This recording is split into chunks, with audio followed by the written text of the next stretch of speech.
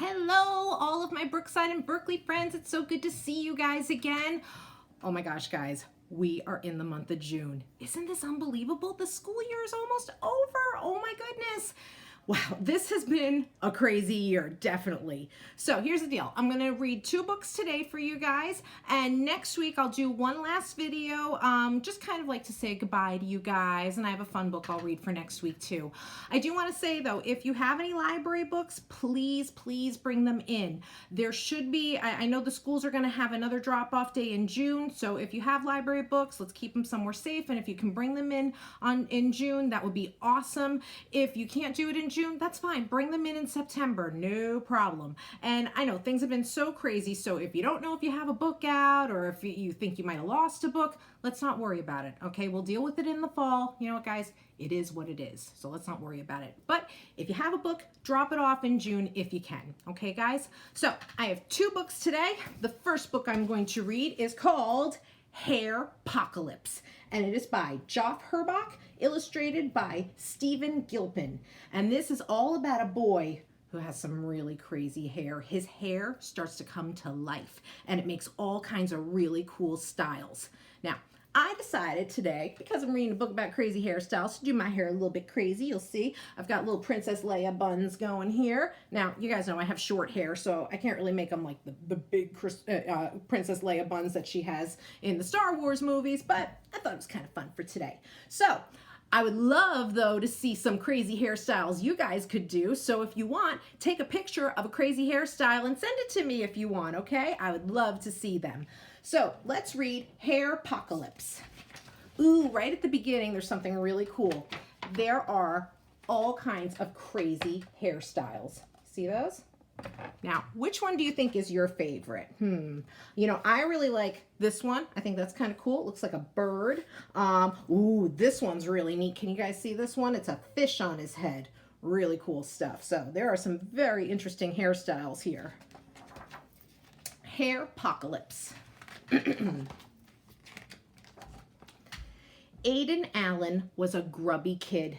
His clothes were always wrinkled. His shoes were always untied, and he always seemed to have grass stains on his knees. But none of that was the problem. The real problem was that Aiden Allen's hair was completely out of control. It wasn't just messy, it seemed to have a mind of its own. Lie down, hair. Why can't you behave? His hair seemed to move. His hair seemed to shrug. And that is not possible, Aiden thought. Aiden reached into a drawer and pulled out his mom's big blue brush. But when he brushed, the bristles immediately became tangled in his greasy locks. His hair seemed to be grabbing the brush. His hair spun the brush in a circle and then flung the brush into the toilet. This is not good. At the breakfast table, Dad looked up from his phone and shook his head in dismay. Aiden, your hair is crazy. You have to do something. I already tried, Aiden said. Better try again, Dad said. Just then, the school bus honked its horn in front of Aiden's house. There's just no time, Aiden said, as his hair grabbed his spoon and dumped his cereal on the floor. Look at that hair. It's grabbing his spoon. Oh my gosh.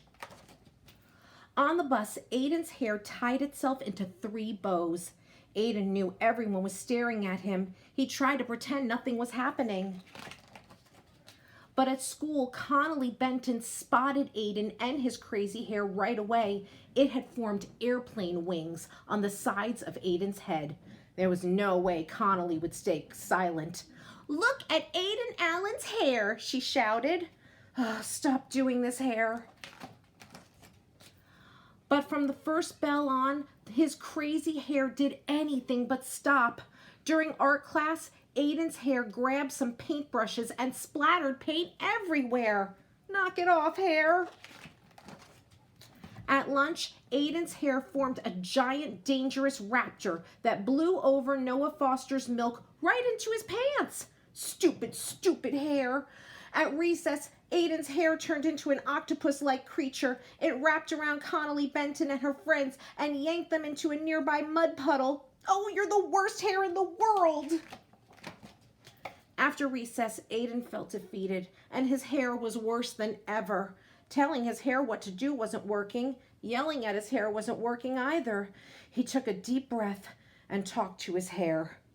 "Why are you doing this? What do you want?" Immediately, his hair formed into a magnificent mass of curls. Then it formed a long ponytail blowing in some imagined wind. Then it rose up into a great shiny mohawk. Then it fell into a flowing mullet. "So, you want to be styled? No way. There has to be another way to make you happy," Aiden said. For a moment there was silence. Then a bit of air moved through his hair. And if you guys could see, the hair is spelling out the words, "Wash me." I think that hair wants to be washed. On the bus ride home, Aiden and his hair discussed a plan to fix their issues. Aiden was exhausted. Clearly his hair was exhausted too. It lay lifeless and flat, looking even worse than usual. That night, Aiden took a shower before his dad asked him to. He sang a song and sudsed up. Aiden and his hair had come to an agreement. Aiden would wash every weekday, but weekends were his days to be totally grubby. At the breakfast table the next morning, Dad looked up from his phone and shook his head in amazement. "Your hair looks fantastic." "Thanks," Aiden replied. "But your shirt is dirty and your shoelaces are untied," his dad said. "I'm a grubby kid, Dad. I'm doing the best I can right now." "Gotcha, buddy," his dad said. Then Aiden Allen and his hair headed to school a little less grubby and a little more confident. But at the end, we see his shoelaces now have come to life, and his shoelaces are spelling out the words, "Tie me." All right, guys, so that was Hairpocalypse. I have another fun book for today. This one is called Dog Breath, The Horrible Trouble with Halitosis. Now, halitosis is the name of the dog in this book, but it's kind of a play on words. It's actually referring to something called halitosis, which is a medical term for someone with bad breath. And this is not like someone who has bad breath because they don't brush their teeth or like they ate like an onion bagel or something stinky. Some people just have something called halitosis. It's, kind of just the way their body is and just the way they are. And it's something where they just have bad breath. And this is about a dog with bad breath. And this book is written by Dave Pilkey.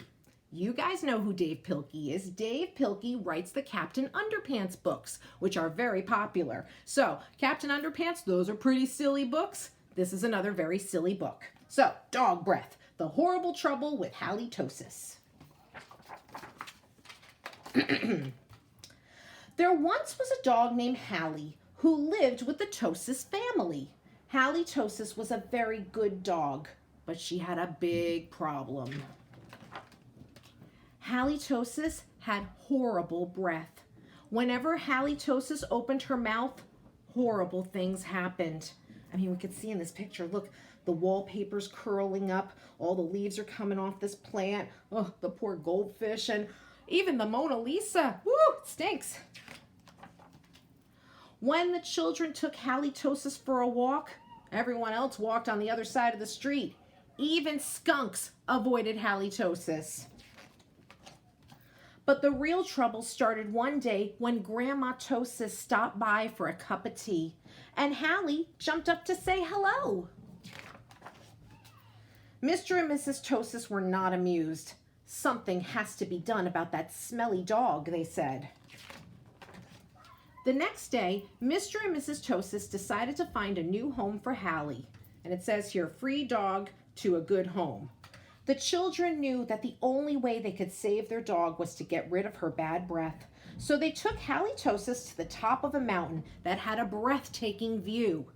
Now, by the way, this comes into play later on, but do you see on the tree, there's a wanted poster there. And it says wanted for burglary, and there's a picture of 2 robbers. I think they're going to show up later.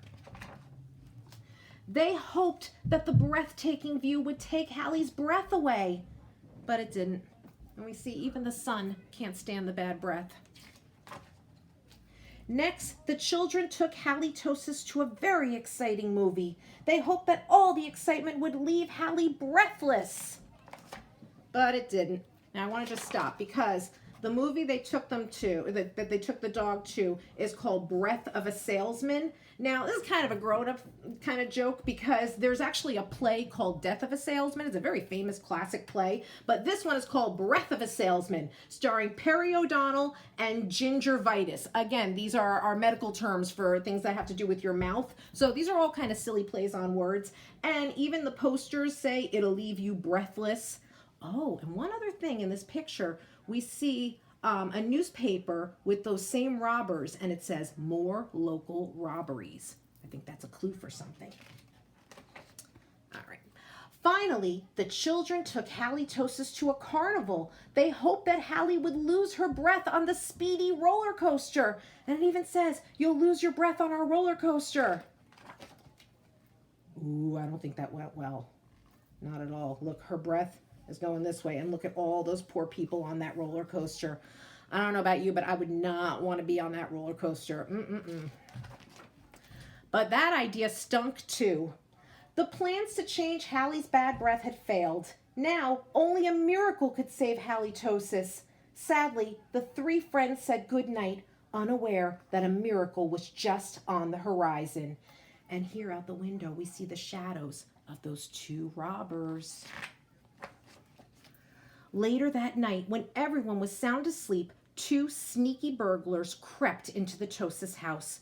The two burglars were tiptoeing through the dark, quiet rooms when suddenly they came upon halitosis. "Yikes," whispered one burglar. "It's a big, mean, scary dog." Don't be silly," whispered the other burglar. "That's only a cute little fuzzy puppy." The two burglars giggled at the sight of such a friendly little dog. "That dog couldn't hurt a fly," whispered one burglar. "Come here, Poochie, Poochie, Poochie," whispered the other. So halitosis came over and gave the burglars a nice big kiss. The next morning, the Tosis family awoke to find two burglars passed out cold on their living room floor. It was a miracle. The Tosis family got a big reward for turning in the crooks, and soon halitosis was the most famous crime-fighting dog in the country. And we see all the headlines. It says, "Hero Hound halts hoodlums," "Bad breath bungles burglary," "Painting pooch paralyzes prowlers," "Rancid respirations restrain robbers," and "Mutant space dog captures evil Elvis clones." Ooh, there's some interesting headlines there. In the end, Mr. and Mrs. Tosis changed their minds about finding a new home for Hallie. They decided to keep their wonderful watchdog after all, and their sign now says, "This home protected by dog breath." Because life without halitosis just wouldn't make any sense. All right, guys, that was Dog Breath, the horrible trouble with halitosis, and also Hairpocalypse. I will see you guys next week. Bye.